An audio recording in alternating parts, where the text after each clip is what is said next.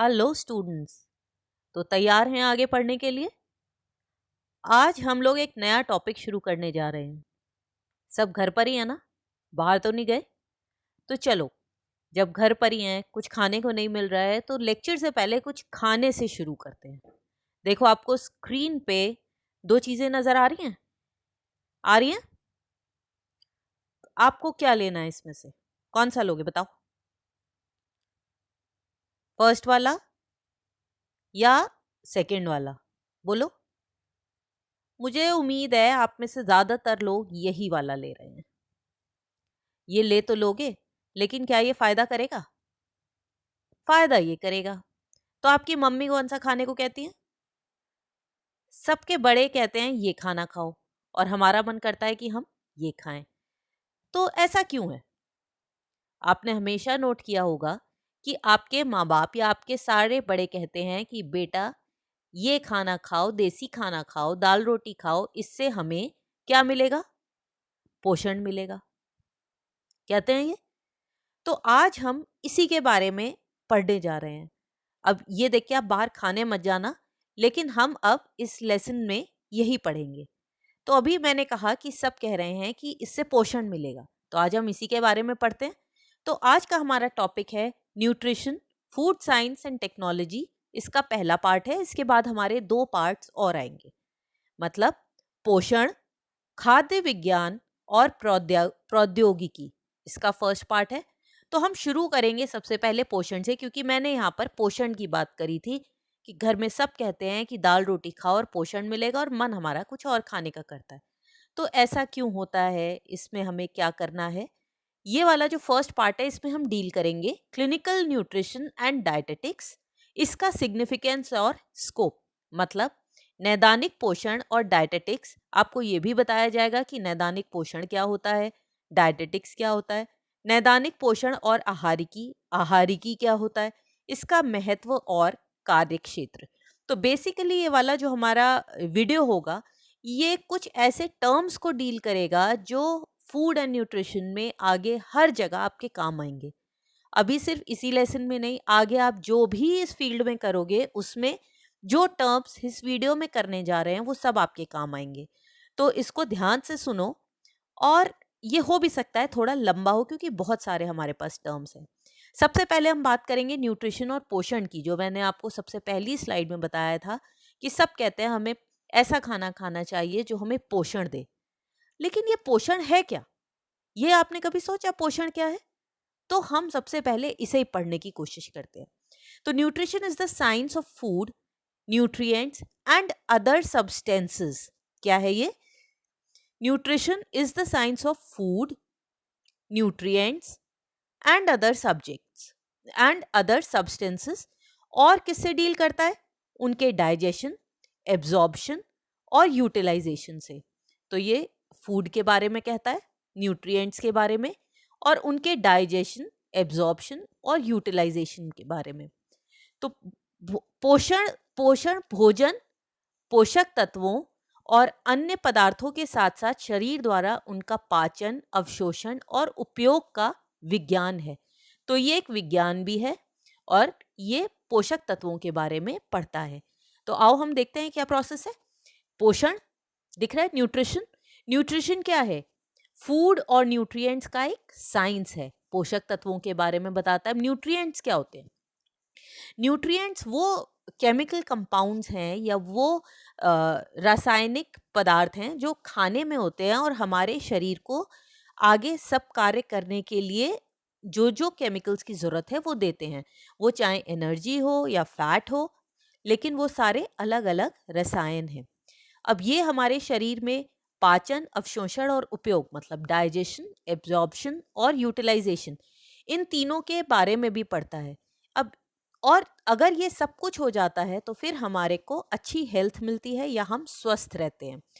अब इसमें ये न्यूट्रिएंट्स के बारे में तो पढ़ रहा है, लेकिन डाइजेशन, एब्जॉर्प्शन और यूटिलाइजेशन के बारे में क्यों पढ़ रहा है? वो इसलिए कि कई बार ऐसा होता है कि हम खाना तो खाते हैं, लेकिन हमारा शरीर उसे डाइजेस्ट नहीं कर पाता। जैसे कई बार होता है कि हम आयरन खा रहे हैं, लोहा हम खा रहे हैं, लेकिन हमारा शरीर उसे पचा नहीं रहा। तो प्रॉब्लम जो है वो कहाँ पर है? उस केस में प्रॉब्लम जो है वो भोजन में नहीं है, प्रॉब्लम कहाँ पर है? उसके पाचन और अवशोषण में। और अगर पाचन और अवशोषण ठीक नहीं है तो अगर हम खाना खा भी रहे हैं तो वो हमारे शरीर को फायदा नहीं देगा। तो इसमें हम न्यूट्रिएंट्स के बारे में भी पढ़ेंगे और डाइजेशन और एब्जॉर्प्शन के बारे में भी पढ़ते हैं। क्लियर है? आगे बढ़े। तो पोषण हो गया। अब अगला है हमारा एस्पेक्ट्स ऑफ फूड। मतलब खाना जो है वो सिर्फ हमें एनर्जी या हमारे शरीर के कार्य ही नहीं करता, खाना इसके अलावा भी बहुत सारे कार्य करता है। क्या है? Nutrition is also concern with the social, psychological and economic aspects of food and eating. मतलब पोषण का संबंध भोजन और खाने के सामाजिक, मनोवैज्ञानिक और आर्थिक पहलुओं से भी है। अब आप सोच रहे होगे ऐसा कैसे है? ऐसा इसलिए है कि जब हम बात करते हैं सामाजिक की, तो कई बार आप सोचो जब भी आप किसी के घर जाते हो, कोई पार्टी होती है, कोई फंक्शन होता है, तो आप क्या कभी बिना खाए आते हो? इसका मतलब कि इसका कोई सोशल फंक्शन भी है। और अगर आपको कोई खाना ना दे तो आप टेंशन में रहते हो और आपको लगता है कि ये ठीक नहीं हुआ। वो जो है सबको तो खाना देते हैं उनके घर में, वो सबको तो पूरा अच्छा वाला खाना देते हैं और मेरे को चाय दे के भेज दिया। ये है इसका मनोवैज्ञानिक कारण। इसी के साथ साथ कई बार ऐसा होता है हम बहुत खुश होते हैं, जब हम खुश होते हैं तो ज्यादा खाना खाते हैं, दुखी होते हैं तो कम खाना खाते हैं।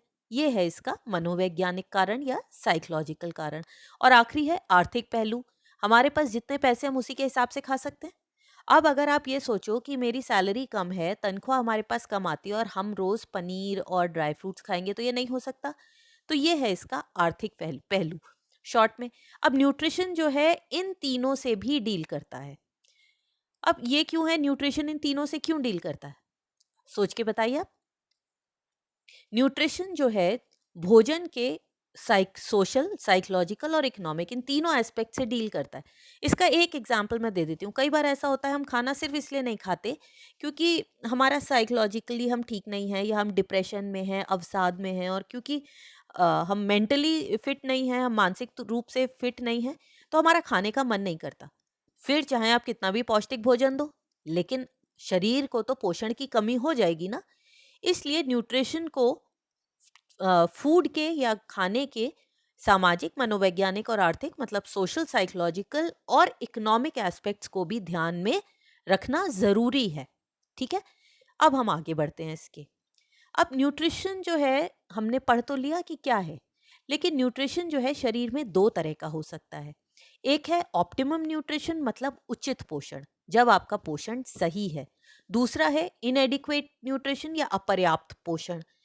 अब अपर्याप्त पोषण में ये कम भी हो सकता है, कुपोषण, और ये ज्यादा भी हो सकता है। अगर हम कम खाते हैं, अगर हमारा पोषण का लेवल कम है, तो उस केस में क्या होगा बताओ? कुपोषण होगा। ठीक है। और अगर हम ज्यादा खाएंगे तो क्या होगा? मोटापा हो जाएगा। ये दोनों ही अच्छे नहीं है। हमें क्या चाहिए? हमें चाहिए ऑप्टिमम न्यूट्रिशन, मतलब आइडियल न्यूट्रिशन, जिससे हम बिल्कुल स्वस्थ रहें और हमारे शरीर के सारे काम में सही चलते रहें। अब हम इससे आगे बढ़ते हैं। ऑप्टिमम न्यूट्रिशन अगर है, हमारे शरीर को उचित पोषण मिल रहा है, तो क्या होता है? हमारे शरीर में रोगों से लड़ने की ताकत रहती है और संक्रमण से सुरक्षा मिलती है। Immunity and protection from infection. आजकल कोरोना के टाइम में तो आप हर जगह सुन रहे होगे, हर न्यूज़ में सुन रहे होगे कि ऐसा खाना खाइए, ऐसी एक्सरसाइज करिए जिससे बॉडी में इम्यूनिटी बनी रहे। जो लोग इम्यून होते हैं उन पे कोरोना भी असर ज़्यादा नहीं करता। तो हमारी रोगों से लड़ने की ताकत या इम्यूनिटी अच्छे पोषण के बाद अच्छी रहती है। और वहीं पर अगर हमारा अपर्याप्त पोषण है तो क्या होगा? एडिशनल कॉम्प्लिकेशंस या अतिरिक्त जटिलताएं। मतलब एक बीमारी अगर हमें लगी हुई है और उसके बाद पोषण भी नहीं है, तो वो बीमारी और भी ज़्यादा बढ़ सकती है। उसके बाद अच्छे पोषण से और क्या फ़ायदा है? Managing chronic diseases. Chronic diseases क्या होती हैं? असाध्य बीमारियां। ये एक ही जगह होगा, दो बार नहीं होगा। असाध्य बीमारियों का प्रबंधन। असाध्य बीमारियां ऐसी होती हैं जो बहुत लंबे समय तक चलती हैं, चिरकालीन बीमारियां जिन्हें हम कहते हैं। जैसे आपका टाइफाइड हो गया या डायबिटीज हो गया, हाइपरटेंशन हो गया। ये एक बार शुरू हो जाए तो थायराइड हो गया तो ये लंबे समय तक चलती है, लेकिन न्यूट्रिशन से हम इन्हें रोक सकते हैं। जैसे मान लीजिए किसी को मधुमेह है, तो अगर हम चीनी पे या शुगर्स पे कंट्रोल करें तो वो बीमारी पे कंट्रोल हो गया हमारा। लेकिन वहीं पर अगर हम अपर्याप्त पोषण ले तो क्या होगा, हमारी बॉडी में रोगों से लड़ने की ताकत भी कम आएगी और जिन बीमारियों की हम बात कर रहे हैं वो और भी ज़्यादा बढ़ जाएंगी, उनके कॉम्प्लिकेशंस और ज़्यादा बढ़ जाएंगे। अब अगला क्या है, उचित पोषण होता है तो हम बीमारियों से जल्दी बाहर निकल सकते हैं, क्योंकि हमारी बॉडी में इम्यूनिटी है तो हम जल्दी बाहर निकल सकते हैं। वहीं पर अगर अपर्याप्त पोषण है या इनएडिक्वेट न्यूट्रिशन है तो क्या होगा, हमारे घाव बढ़ने की समस्या होगी। हम दवा भी खाएंगे तो कई बार दवाइयाँ रिएक्ट कर जाती हैं। अगर कभी एंटीबायोटिक खाया हो तो डॉक्टर हमेशा कहता है दूध पीजिए या अच्छा खाना खाओ, वरना दवा का ही रिएक्शन हो जाएगा, और दवा का रिएक्शन होगा तो बीमारी के साथ और कॉम्प्लिकेशंस बढ़ जाएंगी। तो ज़्यादातर डिजीजेस जो होती हैं उसमें न्यूट्रिशन मतलब हमारा पोषण जो है बहुत इंपॉर्टेंट रोल प्ले करता है उसके मैनेजमेंट में और उसके ट्रीटमेंट में। तो रोग को रोकने में और उसे संभालने में हमारे पोषण का बहुत इम्पॉर्टेंट काम है। ऐसा नहीं है कि वो दवाइयों की या मेडिकल सुविधाओं की जो हमारा चिकित्सा है उसकी जगह ले सकता है, वो उसकी जगह नहीं लेता, लेकिन वो उसको कॉम्प्लीमेंट करता है, मतलब उसके साथ साथ चलता है और उसको ठीक करता है। अगला हमारा जो टर्म है वो है न्यूट्रिशनल स्टेटस या पोषण स्तर। पोषण स्तर से ही आपको समझ में आ रहा होगा, पोषण और स्तर मतलब हमारे पोषण का जो स्तर है, हमारा जो लेवल है, ये हम कैसे नापेंगे। हमारा जो पोषण का स्तर है, ये हमारी बॉडी में न्यूट्रिशन का जो लेवल है वो कितना है, कम है ज़्यादा है, इसे हम कैसे नापेंगे। Nutritional status and support prior to and after illness plays an important role in prognosis, recovery and even duration of hospital.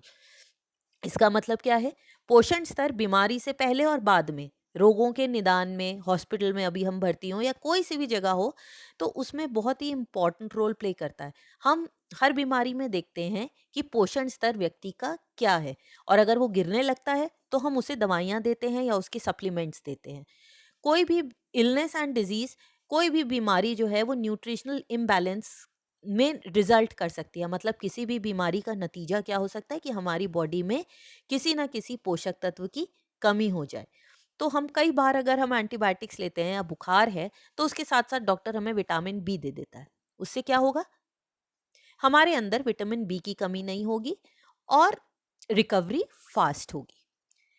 तो हेल्थ और न्यूट्रिशन, अब हमने क्या देखा, दोनों रिलेटेड हैं। अगर हम न्यूट्रिशन अच्छा लेंगे तो हमारा स्वास्थ्य अच्छा रहेगा, और अगर हम न्यूट्रिशन अच्छा नहीं लेंगे, पोषण अच्छा नहीं होगा, तो हमारी हेल्थ जो है वो खराब हो सकती है। तो स्वास्थ्य और पोषण दोनों संबंधित होते हैं। ठीक है, अब आते हैं हम कि अगर हमारा न्यूट्रिशन खराब है, हमने अभी ये कर ही लिया, तो हेल्थ प्रॉब्लम्स तो हो ही सकती हैं, कमी तो हो ही सकती है, और जो हमारी बीमारी है या जो कंडीशन अभी चल रही है वो और भी ज़्यादा खराब हो सकती है। तो health problems and their treatment can effect nutritional status in various ways. क्या क्या असर हो सकता है हेल्थ प्रॉब्लम्स पर, बताओ। वो जो है एक आदमी की खाने की ताकत को कम कर सकता है, हमारा जो पाचन है उसको खराब कर सकता है। ये आपने कई बार देखा होगा, दवा खाई और लूज मोशंस होने लगे। ये क्यों है, क्योंकि वो हमारे डाइजेशन में कर रहा है। Absorption, metabolism as well as excretion, मतलब कि एक्सक्रीशन जब हम बाहर निकालते हैं, निष्कासन, तो कभी कॉन्स्टिपेशन हो जाता है, दस्त हो जाते हैं। तो ये सारी समस्याएं हो सकती हैं अगर कोई व्यक्ति जो है वो बीमार है। और आखिरी क्या है, अगर एक फंक्शन भी शरीर का असर होता है तो उसका असर हमारी पूरी बॉडी पर होता है और जो भी बीमारी है वो बढ़ जाती है। मान लीजिए अगर मेरे को असर हो गया और मेरे को चक्कर ही आने लगे, तो क्या मैं उठ के बाकी काम कर सकती हूँ? बाकी बीमारी जो है उस पर भी असर होगा। तो अगला हमारा टर्म न्यूट्रिशनल स्टेटस के बाद है क्लिनिकल न्यूट्रिशन। ये बहुत इंपॉर्टेंट है, मतलब नैदानिक पोषण। ये क्या होता है? The specialized area of nutrition which deals with nutrition during illness। ये क्या है? ऐसा न्यूट्रिशन जो कि बीमारी के दौरान हम देखते हैं, वो है क्लिनिकल न्यूट्रिशन। आजकल इसको हम किस नाम से जानते हैं? Medical nutrition therapy. क्या नाम दिया हमने इसे? Medical nutrition therapy. ये क्या है? जब बीमारी के समय हम पोषण का ध्यान देखते हैं, वो होता है नैदानिक पोषण। पोषण का विशेष क्षेत्र जो बीमारी के दौरान पोषण से संबंधित है उसे हम नैदानिक पोषण कहते हैं। क्लियर है ये? ये जो है it deals with nutritional management of patients with established disease. Established disease कौन सी हो सकती है? मधुमेह भी हो सकती है, पाइल्स भी हो, बवासीर या पाइल्स भी हो सकती है, थायराइड भी हो सकता है, कोई सी भी हो सकती है, टीबी भी हो सकता है। तो उस दौरान किसी भी बीमार व्यक्ति का जो पोषण स्तर है उसको कैसे बराबर रखना है, उसको कंट्रोल में कैसे रखना है, ये सब आता है क्लिनिकल न्यूट्रिशन या नैदानिक पोषण में।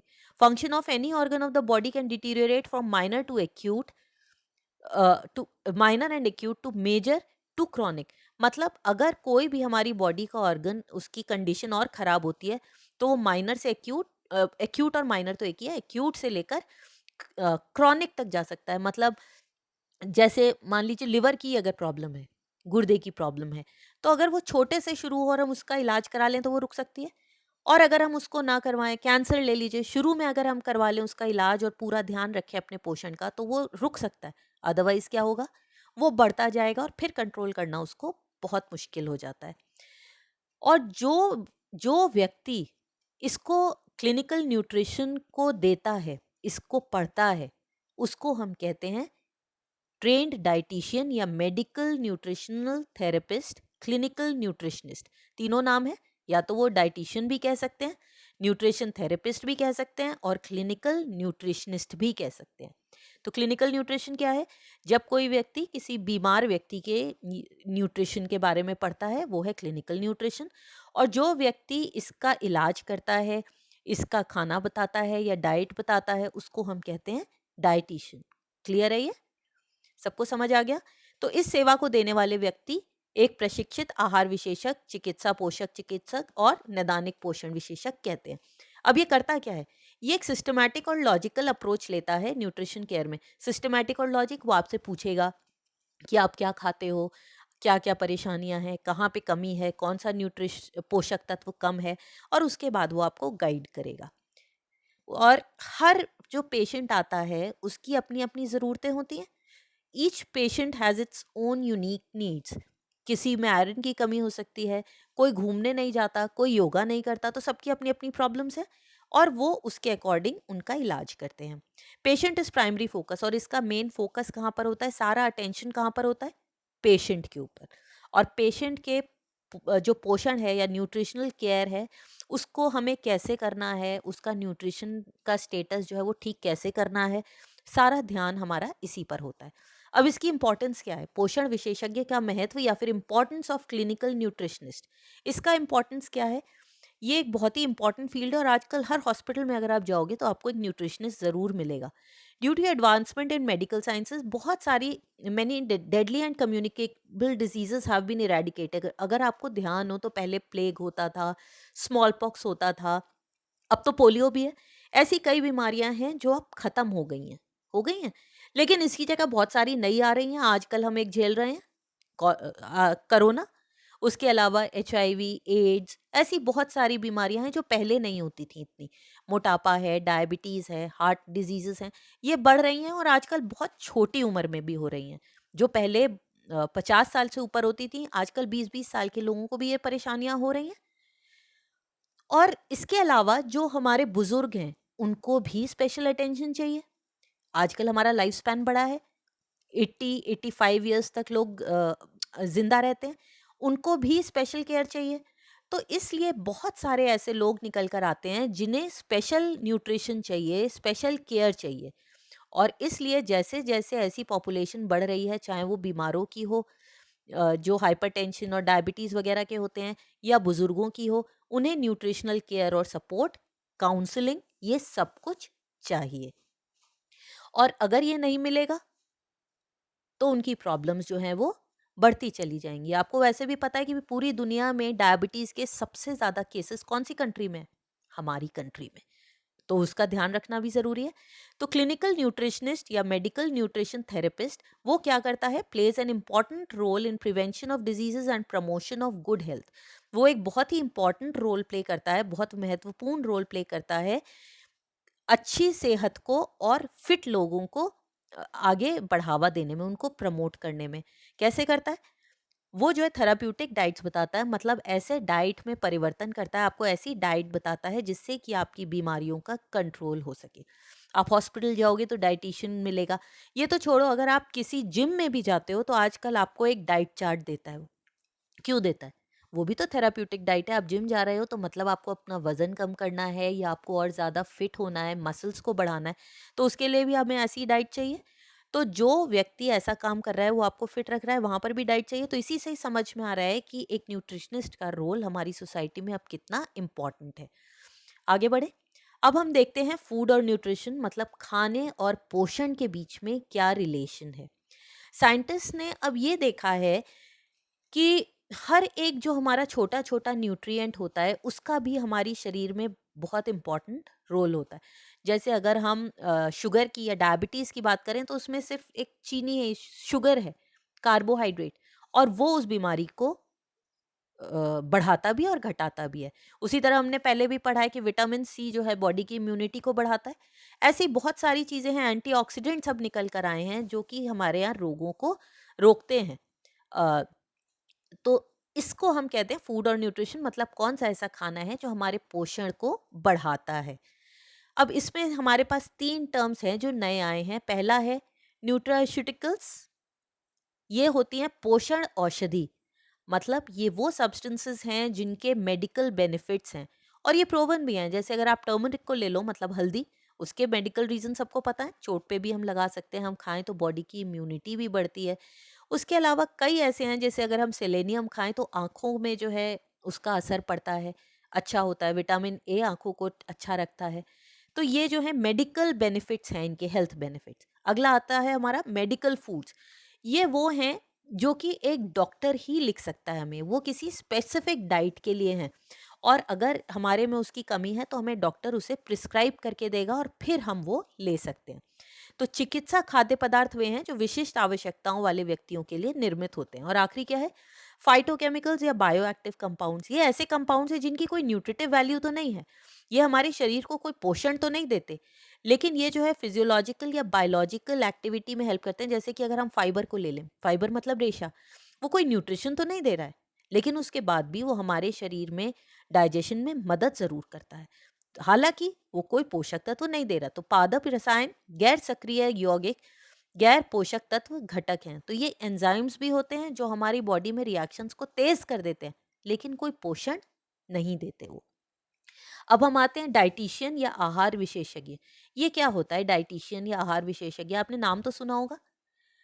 हर हॉस्पिटल में आप जाते हो आपको एक डाइटिशियन मिलता है, एक बोर्ड लगा हुआ होता है। तो डाइटिशियन हम देखते हैं क्या होता है। The dietitian या medical nutrition therapist is the person who provides advice and translate technical information into dietary guidelines। इसका क्या मतलब है? कई बार ऐसा होता है कि डॉक्टर तो, अगर किसी का ऑपरेशन होना है, डॉक्टर तो लिख के चला जाएगा, इनको ज़्यादा वसा नहीं देनी है और इनको जो है एनर्जी ज़्यादा देनी है, लेकिन उसे हमें खाना क्या है और क्या नहीं, ये तो डॉक्टर ने नहीं बताया। ये कौन बताएगा? ये बताता है हमें डाइटिशियन। जैसे अगर पतला होना चाहते हैं, हम अगर गए हैं पतले होने के लिए, ओबेसिटी की समस्या है, मोटापे की समस्या है, तो वो ये तो कह देगा वसा मत खाओ, लेकिन वो ये थोड़ी बताएगा कि कई ऐसी चीजें हैं खाने की जिनमें वसा अपने आप से ही है, आपको तेल खाने की जरूरत नहीं है, वो खाने में ही मौजूद है। यहाँ पर हमारी मदद करता है डाइटिशियन। वो जो है डॉक्टर आपको जो भी मेडिकल एडवाइस देता है, जो भी न्यूट्रिएंट्स खाने को कहता है, बढ़ाने को कहता है या घटाने को कहता है, उसमें खाना क्या है और क्या नहीं खाना, ये हमें एक डाइटिशियन बताता है। They also give prescriptions to healthy individuals in order to help them maintain good nutritional status and remain healthy. वो जो है प्रिस्क्रिप्शन हमें भी, जो हेल्दी लोग हैं उन्हें भी बताते हैं कि कौन सी डाइट उन्हें खानी चाहिए कि वो हेल्दी रहे। अब तो कई बार योग गुरु भी बता देते हैं यही आपको कि क्या क्या खाना है और क्या नहीं, लेकिन वो डाइटिशियंस नहीं है। तो आहार विशेषज्ञ चिकित्सा पोषण चिकित्सक वह व्यक्ति है जो आहार संबंधी दिशा निर्देश देता है और तकनीकी जानकारी की सलाह को पोषण से संबंधित अनुवाद करता है। क्यों नहीं है वो? क्योंकि जो डाइटिशियन है, योग गुरु, वो क्यों नहीं बन पाए? क्योंकि डाइटिशियन हमें उसके पीछे की साइंस भी बताता है। वे अच्छे पोषण की स्थिति बनाए रखने और स्वस्थ रहने के लिए स्वस्थ व्यक्तियों को भी नुस्खे देते हैं। The patient could have diarrhoea undergone surgery. ये बहुत सारी ऐसी बीमारियां हैं जहां पर जिस बीमारी के हमारे पास पेशेंट्स हो सकते हैं, डायरिया हो सकता है, उनका ऑपरेशन हुआ हो सकता है, एसिडिटी हो सकती है, एनीमिया हो सकता है, ये सब हो सकते हैं। तो यहाँ पर फिजिशियन जो है क्या है, वो क्या करेगा, वो डाइट बताएगा और उसकी जो ज़रूरी न्यूट्रिएंट्स हैं वो बताएगा। लेकिन इसको इम्प्लीमेंट कौन करेगा, डाइटिशियन। तो ऐसे ही अगर आप हॉस्पिटल गए हो, कभी कोई एडमिट हुआ हो, तो आपने देखा होगा डॉक्टर आता है, वो डाइट बता जाता है क्या खाना है, लेकिन वो बन क्या आना, क्या बनेगा, ये कौन बताता है, ये वहां पर बताता है डाइटिशियन। तो डाइटिशियन का रोल क्या है, 5 लेवल का या 5 लेवल का उनका रोल होता है। सबसे पहला है assess the nutritional status of the patient, रोगी की पोषण स्थिति का आकलन करें। रोगी का जो पोषण स्तर है उस समय उसको देखें, रोगी अभी हेल्दी है या नहीं, उसमें सारे पोषक तत्व पूरे हैं या नहीं, किसी की कमी है क्या, ये सब सबसे पहला स्टेप है कि वो रोगी से उसकी हालत देखता है, उसके टेस्ट वेस्ट भी हो सकते हैं। फिर अगला क्या करता है, analyse nutrient need in different diseases, फिर वो देखता है कि अलग अलग बीमारियों में किस किस पोषक तत्व की ज़रूरत होती है, तो वो एनालाइज करेगा कि किस किस पोषक तत्व की ज़रूरत होती है। फिर वो क्या करेगा, फिर वो develop and implement the nutritional care programme, हमने अभी पढ़ा न्यूट्रिशनल केयर, वो एक पूरा जो उसकी पोषण देखभाल की पूरी योजना जो है, एक पूरा प्लान जो है उसको डेवलप करेगा। और प्लान बनाने के बाद सिर्फ लिख के ही नहीं छोड़ देगा, उसको इम्प्लीमेंट भी करवाएगा, उसको कार्यान्वित भी करवाएगा और देखेगा कि वो जो पेशेंट है वो उसको फॉलो कर रहा है या नहीं कर रहा है। फिर है administer suitable regiments to hospitalised parent, फिर अस्पताल में जो भर्ती मरीज हैं उनको सही आहार मिल रहा है या नहीं मिल रहा, जो उन्होंने न्यूट्रिशनल केयर प्लान में, जो अभी उन्होंने प्लान में डाइट बनाई थी, क्या वो मिल रही है उसे या नहीं। और अगर कोई मरीज भर्ती नहीं है, जो ओपीडी में आया है या फिर बाह्य रोग विभाग सिर्फ कंसल्टेंसी के लिए आया है, उसके पर्चे पर जो उसका होता है उस पे भी लिख के दिया जाता है कि वो क्या आहार ले और क्या ना ले। तो वो क्या करेगा, सबसे पहले जो पेशेंट आया है उसको देखेगा कि उसमें अभी उसका स्टेटस कैसा है पोषण का, फिर उसमें जो जो बीमारी है उसमें कौन कौन से पोषक तत्वों की ज़रूरत होती है, फिर वो बताएगा कि हमें आगे क्या करना है, फिर वो देखेगा कि उसका प्लान फॉलो हो रहा है या नहीं। और आखिर में अगर कोई भर्ती नहीं भी है तो जो पेशेंट उससे कंसल्ट करने के लिए आता है उसको भी बताएगा उसे क्या खाना चाहिए और क्या नहीं। हमारा अगला टॉपिक क्या है, डाइट थेरेपी या आहार चिकित्सा। अब हम डाइट थेरेपी की बात करेंगे, डाइटिशियन है ना, अभी हमने पढ़ा डाइटिशियन जो काम कर रहा है, जो चिकित्सा कर रहा है, जो हमें राय दे रहा है, वो है हमारी डाइट थेरेपी।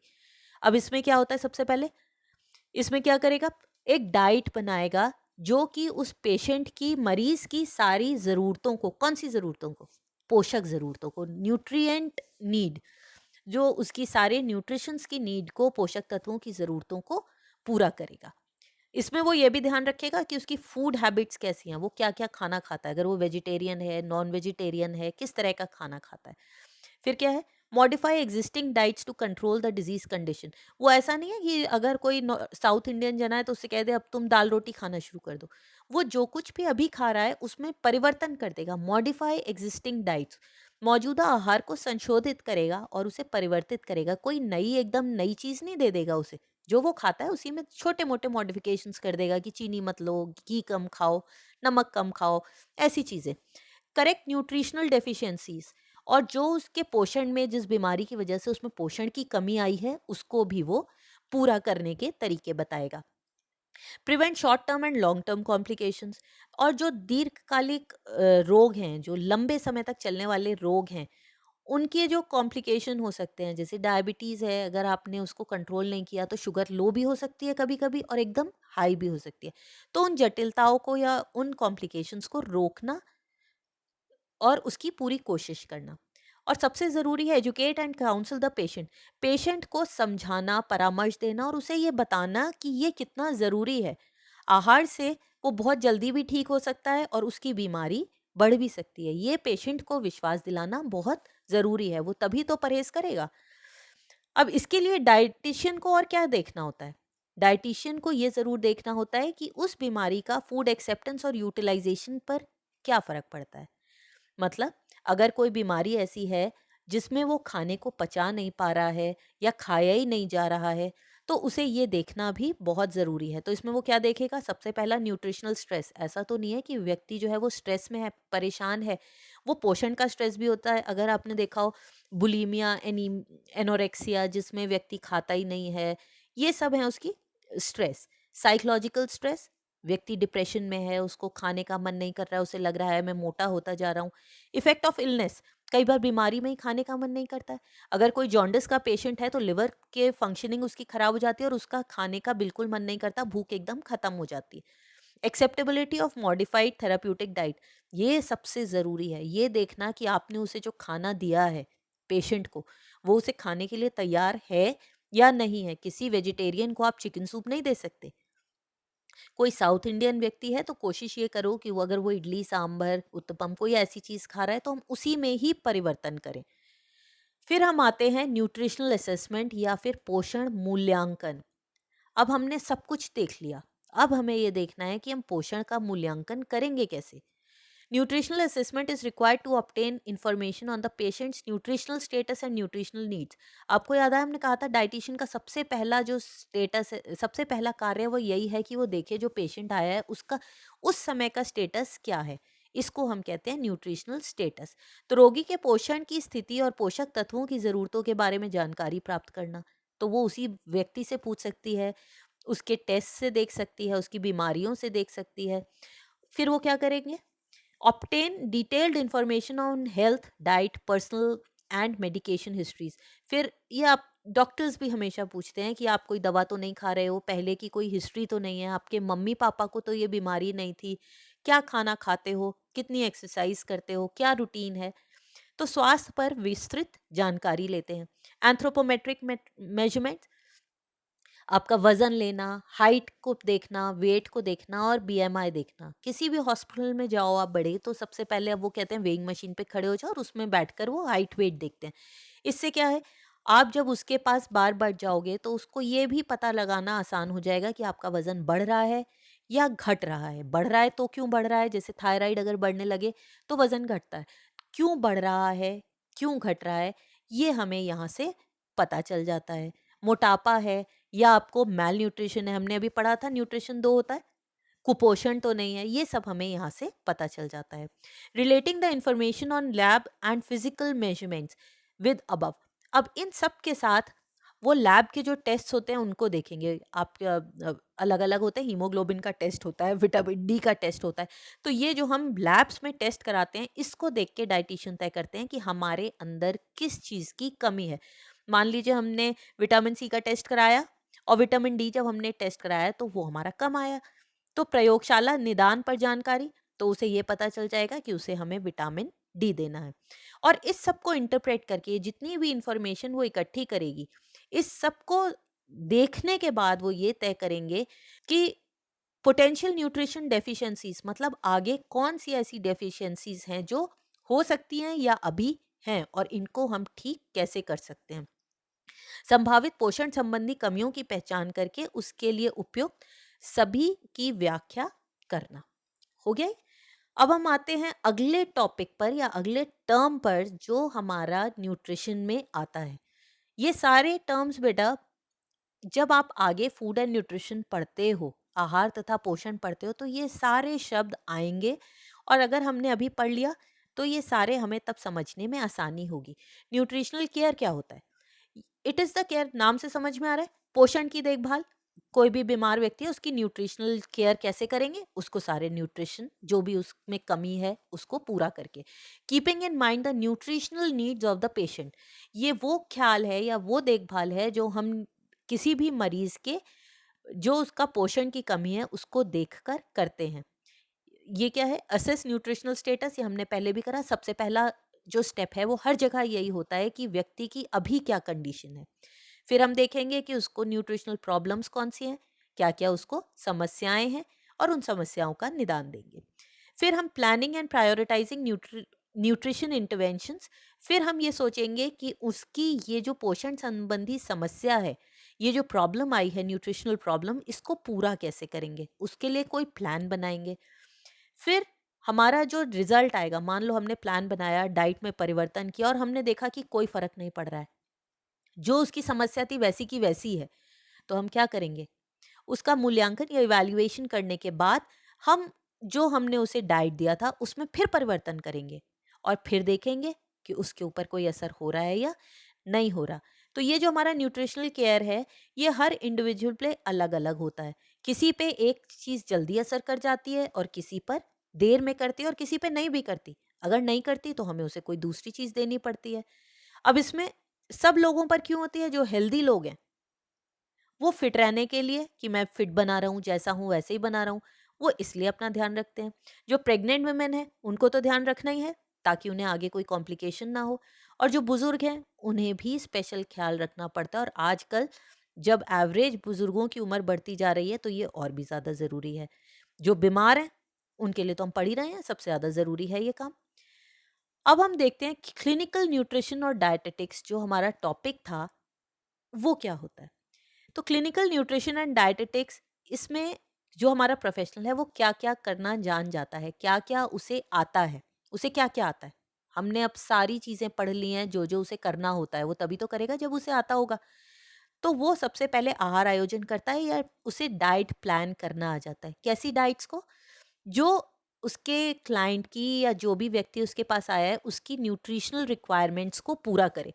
अलग अलग स्टेजेस में हो सकता है, पैदा हुए बच्चे से लेकर बुजुर्गों तक हर व्यक्ति की ज़रूरतें अलग-अलग होती हैं। पैदा हुए बच्चे को भी कई बार दूध नहीं हज़म होता, किसी को ज़्यादा भूख लगती है, किसी को कम। तो पैदा होने से लेकर मरने तक हर समय ये ध्यान रखना ज़रूरी है कि उसकी ज़रूरतें कितनी हैं और उसके लिए डाइट एक डायटीशियन प्लान कर सकता है। डाइट को मॉडिफ़ाई करना आ जाता है, मतलब जो डाइट हम ले रहे हैं और जो हमारी ज़रूरत है, मतलब हमारी बीमारी की वजह से कुछ और हमें अगर ज़रूरत है तो उस डाइट को मॉडिफ़ाई करना। लेकिन मॉडिफ़ाई करते पे हमने अभी पढ़ा था क्या-क्या ध्यान में रखना होता है? जो व्यक्ति है उसकी physical state, occupation, cultural, ethnic and socio economic background, कि उसमें जो है फिजिकल क्या है, उसमें उस वो शारीरिक स्तर उसका कैसा है, वो कैसी नौकरी करता है, उसके धार्मिक विचार या वो किस बैकग्राउंड का है, पैसे कितने हैं, ये सब उसका इसमें आता है। तो ये है आहार परिवर्तन। फिर हम आते हैं आहार आयोजन कुछ स्पेशल लोगों के लिए भी करता है। जो स्पोर्ट्समैन है, स्पोर्ट्समैन की अलग डाइट होती है। रेसलर्स की आपने देखा है वो कितना डाइट लेते हैं, कितनी ज़्यादा डाइट लेते हैं। जो स्पेस में जाते हैं, जो सबमरीन्स में जाते हैं, जो डिफेंस में हैं, जो शिप्स विप्स पर रहते हैं, उनको भी अलग तरह का डाइट देना पड़ता है। तो उनके लिए भी आहार आयोजन करना आ जाता है। रोगियों की स्वास्थ्य कल्याण को बढ़ावा देना, जो भी पेशेंट्स हैं उनके उनमें ये फीलिंग लाना कि खाने से उनका स्वास्थ्य अच्छा हो जाएगा और अच्छा पोषण लेना है। फूड सर्विसेज ऐसी जगहों पर जो स्पेशल जगहें हैं, ओल्ड एज होम, स्कूल्स हैं, ऑर्फनेजेस या अनाथालय हैं, वहाँ पर खाना देना, किस तरह का खाना उन्हें देना चाहिए, उसके लिए भी वो प्रबंध करना जानते हैं और उसके लिए भी वो डाइट बना सकते हैं। जो पेशेंट्स क्रॉनिक डिजीज़ के, हमने अभी करा था, जो बहुत लंबे समय तक बीमारियां चलती हैं जैसे डायबिटीज़ और हार्ट हार्ट डिजीज़, उनमें जो कॉम्प्लिकेशंस ना हो और उनकी लाइफ अच्छी रहे, तो पुराने जो रोगी हैं उनकी भी मदद करते हैं। यहाँ तक आपको समझ में आ गया? अब हम देखते हैं अगला, promote better health in the community. ये बहुत इंपॉर्टेंट है कि पूरे समाज को एक तरह से वो समुदाय को बेहतर स्वास्थ्य दे रहे हैं, मतलब पूरी सोसाइटी को, पूरी कम्युनिटी को वो एनकरेज करते हैं कि वो हेल्दी रहें, अच्छा खाना खाएं, बीमार ना पड़ें और अगर बीमार पड़ जाएं तो जल्दी से वो रिकवर हो जाएं। ये वीडियो थोड़ा सा लंबा हो गया और इसमें बहुत सारे टॉपिक्स आ गए, लेकिन मैंने आपको इसलिए इसे ज़्यादा एक्सप्लेन किया है क्योंकि ये हमारे पूरे यूनिट का बेस है। तो अगर आपको ये टॉपिक्स क्लियर हो गए हों, समझ में आ गए हों, तो आप प्लीज़ इस चैनल को लाइक, शेयर और सब्सक्राइब करना। और अगर नहीं समझ में आए हैं, कहीं पर कोई डाउट है, आपको लग रहा है कि कहीं कोई कमी रह गई है, तो प्लीज़ आप कमेंट बॉक्स में मुझे बताइएगा। मैं कोशिश करूँगी कि उसको ठीक कर सकूँ और अगली बार और अच्छे वीडियोस आपके लिए बना सकूं। और जो बेल आइकन है उस पर क्लिक करना मत भूलिएगा, जिससे कि मेरा कोई भी अगर वीडियो आए तो आपको पता चल जाए और आप उसे फॉलो कर सकें। तो सेहतमंद रहिए, अपना स्वास्थ्य बढ़ाइए, घर पे हैं, हेल्दी खाना खाइए, पौष्टिक खाना खाइए और अपना पोषण स्तर बना के रखिए। अपने शरीर का ध्यान रखिए और stay healthy, stay at home, stay safe. Thank you, friends. Goodbye.